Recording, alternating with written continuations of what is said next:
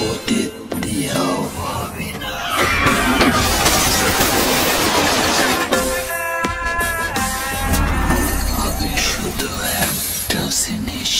তো আমি বরবাদ সিনেমা দেখেছি শাকিব খানের। শাকিব খান হচ্ছে আমার খুবই ফেভারিট একজন নায়ক। যতবারই ঈদে ছবি আসে আমি আসি দ্বিতীয় দিন দেখতে। আমার শাকিব খানের ছবি খুবই ভালো লাগে। আর বরবাদ ছবিটা অনেক বেশি সুন্দর হয়েছে, মানে অন্যরকম একটা কাহিনী ছিল এবং অভিনয়টা জাস্ট কি বলবো, ওয়াও ছিল।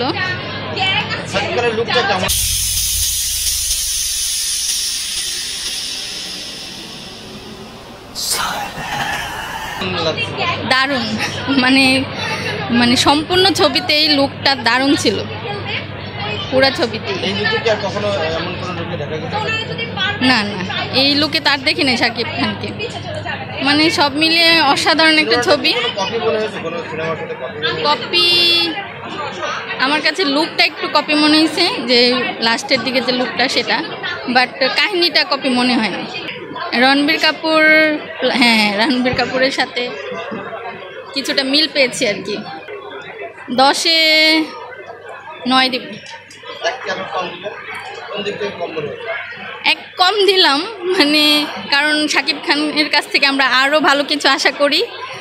শাকিব খান তো প্রতিবারই সুপার টুপার হিট সিনেমা দিচ্ছে, তো আরও ভালো আশা করছি, সেই জন্য এক কম দিয়েছি।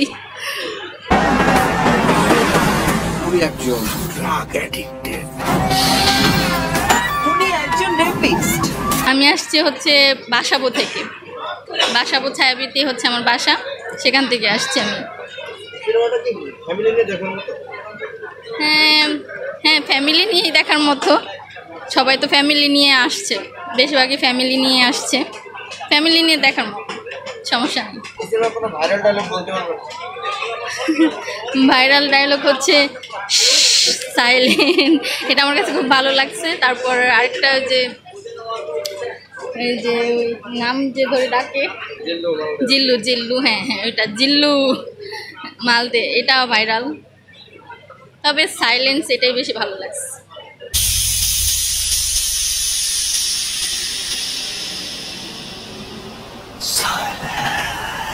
ডায়লগ মানে আমার কাছে পুরো ছবিটাই ভালো লাগছে। আমি খুবই মনোযোগ সহকারে ছবিটা দেখেছি একদম।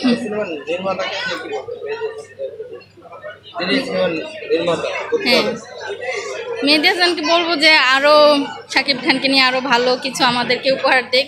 এভাবেই প্রতি ঈদে আমরা, মানে আসলে ঈদের দিন পরের দিন থেকে আমরা তো ফ্রি থাকি, এরকম ছবি টবি দেখতে আসলে আমাদের সময়টা কাটে, ভালো লাগে আর কি। তো ওনাকে বলবো যে এর থেকেও ভালো কিছু আরও চাই, ভালো সিনেমা চাই।